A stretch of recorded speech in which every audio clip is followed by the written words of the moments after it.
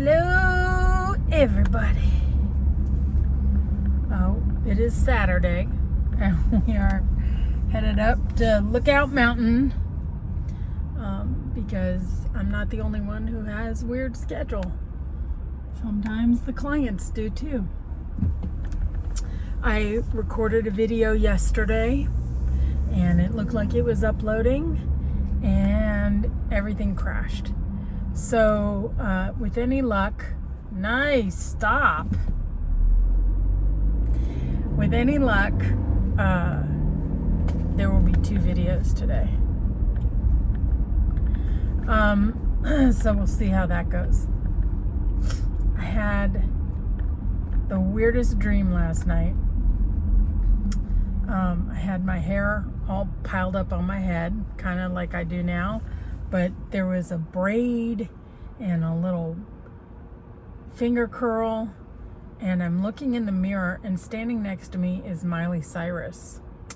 And her crisis was that her hair was going white, and she was trying to figure out how long she would have to feather in white streaks with blonde hair to make it. And I had to tell her, babe, decades. You're gonna be streaking your hair for decades. It's so weird. And then we both laughed at my hair because it looked so ridiculous. And then I wound up at the airport. My friend said, come with me to the airport. We go to the airport, and she got on an airplane and left. And then I had to figure out how to get home. Then I was standing in line for the taxis, and a woman totally jumped the line. This old white lady. And I said, you just jumped the line. I did not. Yes, you did. And then I got sick of all of it, and I decided to walk home. All of that was very, very weird. Very good at dream interpretation. I haven't really had time to think about it because I'm a little headachy today. So, but the big part of it, I think, is I don't have to go where people are going unless it's purposeful to me, and I don't have to wait in line anymore. I don't have to wait. People can jump in line if they want. I'm not waiting in line. I'm moving.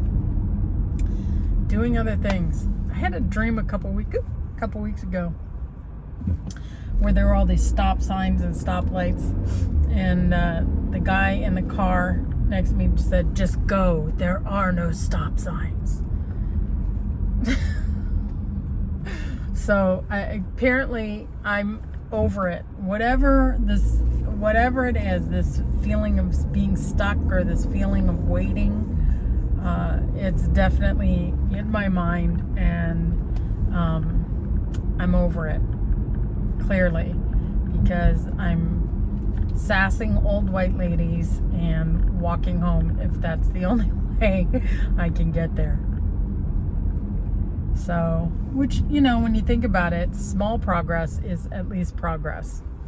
So I guess whatever you're doing, even if it's just a little squinky bit, it's a squinky bit more than you had yesterday. So that's good.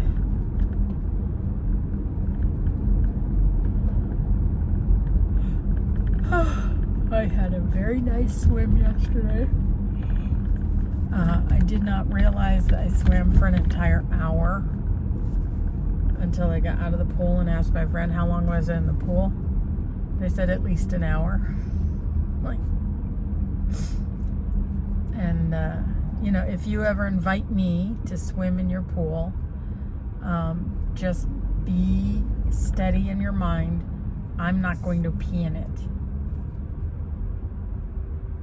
I know people pee in the pool. It's gross. It's gross. And I'm embarrassed to pee in anybody's pool. Maybe if it was my own private pool, maybe I would pee in it. But that's usually is a signal it's time to get out. I gotta go to the bathroom. And I'm out. That's my stance on pee in the pool. The doctors told me, because I told him my leg is really still quite hurty, and so my exercise has dropped way off because my exercise was walking and rebounding, and both of those are really uncomfortable right now. The walking for sure. I'm not steady on my jacked up leg, and I just don't feel like it's safe either. I feel there's some danger in both of those activities. He said, go to the pool. And I was like, ugh. I have a friend. She lets me swim in her pool. I'm fine with that. But he's like, yeah, just go in the pool. Find a gym, blah, blah, blah. And I had to tell him, I don't do pee-pee pools. I just can't do it. Cannot do it. Public pools. Ew. So, yeah, that's what's happening there. So when I finish doing the bookkeeping, I'm gonna go and do another swim, and then maybe dinner with my friend, and then I've got to get home. I've got to feed the neighbor's cats one last time, because he gets back tomorrow and he can take over feeding his cats. It took a minute to figure out the optimal way to feed them. I was giving them each a whole can of food, one of those small cans of food, and I'd come back and find these barely touched hockey pucks of cat food in the bowl. So I was like, I think I'm overfeeding them. He goes, oh yeah, and then you have to smash it. So we cut the food and have one can divided between two bowls, and then we smash burger. Those bowls have been licked clean ever since. So, yeah. Cats. It's the same food, but they want their food meddled around with. My cats do prefer the gravy style cat foods. And Zeus, who is the younger of the two cats, they're still both very young cats, but he's the younger one, bothered me for breakfast at 6 a.m. Okay, huge. I gave him put out the breakfast. And then like 2 hours later came and harassed me for second breakfast, which he never does. That's a never. Woo, wrong way, buddy. You're on a bicycle. You should know better. Oh God, there's this U-Haul van and he just does not know what he's doing. Yeah, he's just out of his depth. I have sympathy though. He's only driving like a van. I'm glad that they made the judgment not to get the cube, because the van seems a little beyond them. I go in the kitchen and that bowl is clean. So I gave them another can of food, and he went to town immediately. He's a year and a half old, and he's got more than a touch of Maine Coon in his DNA. He's I would say 80% Maine Coon. He doesn't have the Maine Coon face, that soft Muppet-like face. He doesn't have that. He's got a sharper alley cat face, but he's got the super fluffy fur. He's got a lot of the dog-like behaviors that Maine Coon has. They're very how do I put it? They're very forward. They like to check on things right away. There's a very guard dog, what the fuck's going on kind of vibe. But they're not aggressive. They just want to know what is happening. Definitely, and so like the delivery people come to the door and he sits by the door and waits for them to acknowledge him and pet him, and if they don't, he walks out toward them. yes, everybody is his friend. He has decided. And now I have to pick him up before I open the door, so he doesn't just walk out and make friends. And he does have a chip. He does wear a collar. The other one is chipped too. She does not wear a collar because she just figures out how to rip them off every time. But she is not as enamored of people as he is. So there's no doubt in my mind, if he got out, he would get a new home. I would never see him again if some unscrupulous person snatched him up and carried him away. So, yes. So he's Zeus. He's big and orange and fluffy. And my Instagram is mostly pictures of Zeus. My Instagram, Laura J. Richter. Yeah, he's because he loves the attention. He loves the camera.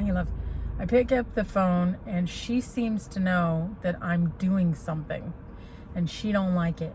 And so Lemon runs away. It's not that situation that he's my favorite or he just sits still for the camera and she does not. I'm not playing favorites, I promise. So I want to respect her privacy. She's not into it at all. So yeah, but he was mega hungry. Another thing about a Maine Coon is they can be quite large. He's already, Popo, a lot of police. Wow. A lot of motorcycles. Oh, there it goes. There's a food robot. Oh my God. There he goes. Boop, boop, boop, across the street. Doodly, doodly, doodly. Oh, he's having trouble. Oh, he's going to make it. Okay. I'm cheering for you, little robot. There he goes. He's having trouble getting over the curb. So his solution is just to slam harder. Oh no, he almost got taken out by a Tesla. I would just like to point out, if that's not the symbol of evil, Tesla. Oh, there's another one. Wow, a lot of little robots. Because it's Saturday, so back out onto a main street in front of everybody, ma'am. So yeah, a Maine Coon will grow, I think it's for up to 3 years. And if he's that hungry, I thought, okay, we're fine. He's going to be in normal cat zone. We get to see if he's going to be requiring extra food, if he's having a little growth spurt. That's going to be, because he's big.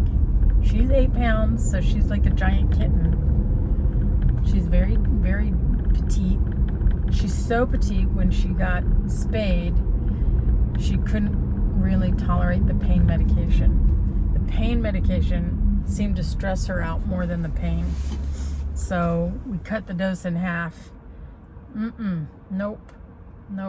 It's the only time she's ever peed outside the litter box. She had stress pee.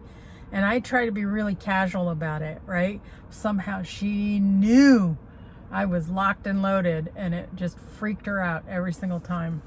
She couldn't walk, and yes, it was, and I texted the surgeon, and the surgeon called me. It was a weekend. I mean, who bothers their vet on the weekend? But I love this doctor. So yeah, she decided to tough it out. It was so bad. And I have a bottle full of cat opioids on my bathroom counter that have been there for a year that need to go to the opioid hole. But yeah, he's 15 pounds. She's 8 pounds. He's 15 pounds. And he might get bigger. I may wind up with a giant cat. who is lovely. If you ever meet him, he's a very nice cat. That was a lot of talk about my cats. The curse of a cat lady.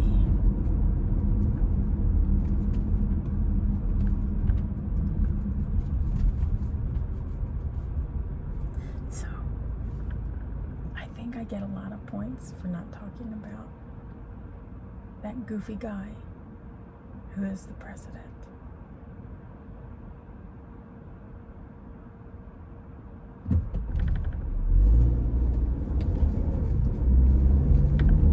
I find him tremendously embarrassing. And, you know, my medication is going to jump up in cost because of the tariffs. I get it from Canada because it's cheaper anyway. If he really did get a 1,500% reduction in medication, I would be fine with that. The math doesn't math. He can't do math. Anybody who thinks that he's a business person has got to get a hold of themselves, because there's no 1,500% reduction. And my drugs are about to go way up because of the tariffs, and the price of beef has gone way up, and nobody seems to care. He's going to make a ballroom. But, you know, let's have a department of overspending, of efficiency. But he'll spend $200 million on a ballroom nobody asked for. A ballroom that is bigger than the existing White House.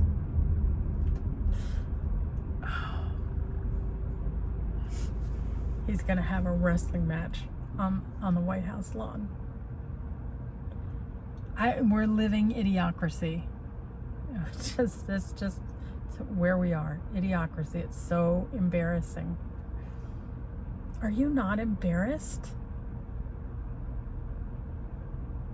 I voted for the girl. I voted for the girl. We might not be finished with Ukraine if we had the girl, but we wouldn't be launching missiles and smashing people, and the hypocrisy is just grotesque. Grotesque. There, I said it. I said what I said. The other thing is, everybody's all in a froth about this Epstein list.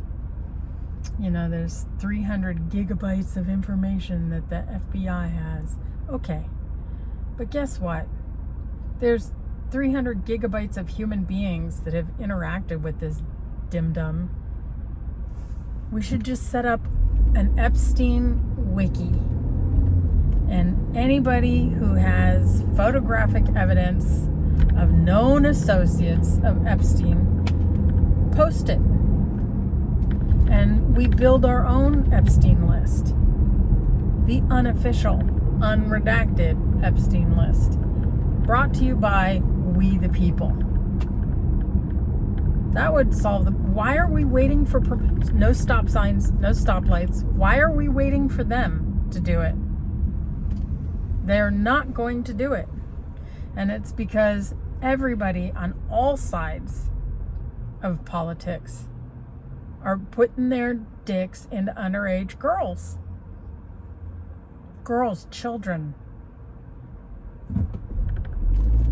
Some of them imported from countries because they thought they were going to get a modeling contract and they don't speak English. What? Gross. All of it is gross. So, yeah, I vote we start an Epstein wiki. That's what I vote. That's We the People. I need somebody who's good at computadoras. Somebody who can operate the machina. because it's not me. Yeah, and it should be open for people to post their shiz. Yeah, that's what I think. That might do an end run around some of this nonsense. But if the information exists in one place, chances are some of it, maybe not all of it, but some of it exists in more than one place. And then I heard somebody speculate that they will just keep downgrading Elaine into lower security prisons until we forget about her, and then they'll sneak her out and relocate her to another country. Listen, if she's got the goods on important enough people, they could whitsack her ass.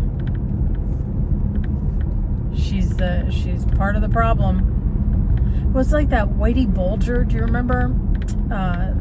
Jack Nicholson played him in The Departed, but he was a real guy, and he was a real crook. And it turns out he was working for the FBI.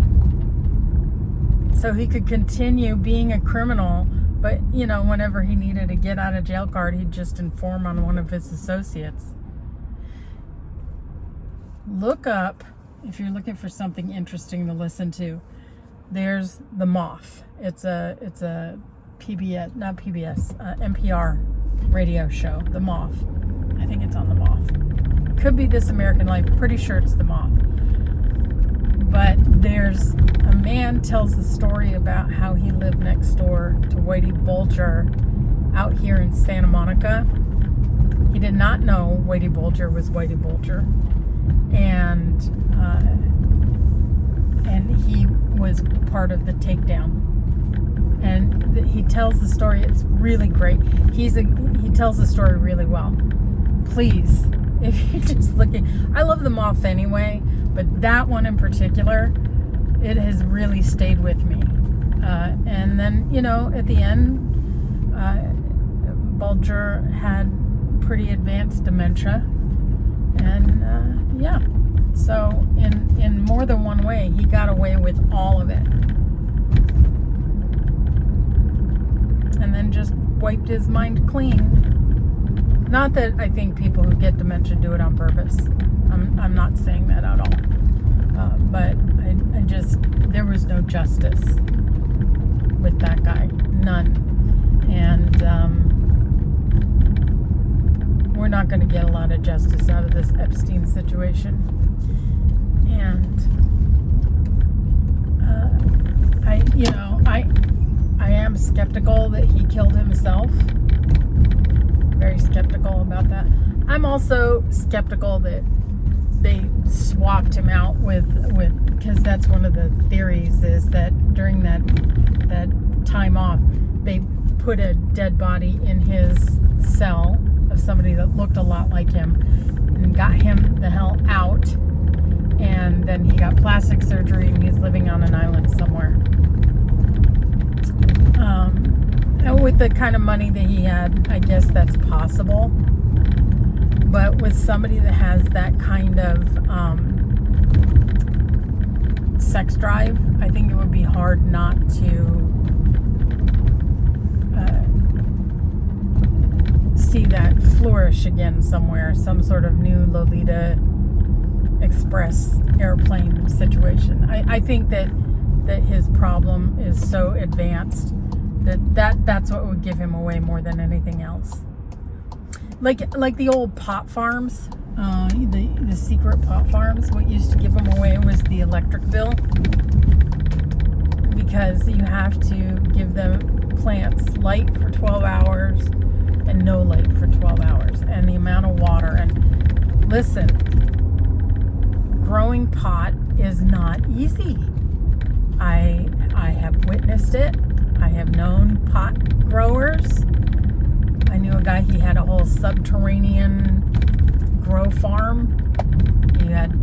It was intense. And he grew nice pot. But yeah, I've seen some stuff in my day. And then I had a friend who tried to grow just a couple of plants in her backyard.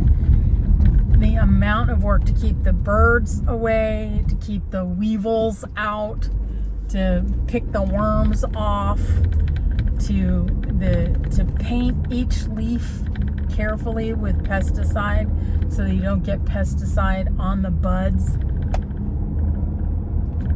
Yeah, a lot of work. A lot of work. That's farming. When you hear them call it a pot farm, it's not. They're not being cute. It's an enormous amount of work. Farming is an enormous amount of work. So, we do need to relax about it. It just isn't worth being upset. I remember when I voted yes for medical marijuana.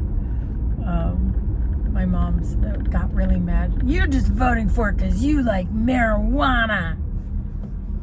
Well, yes, that's true.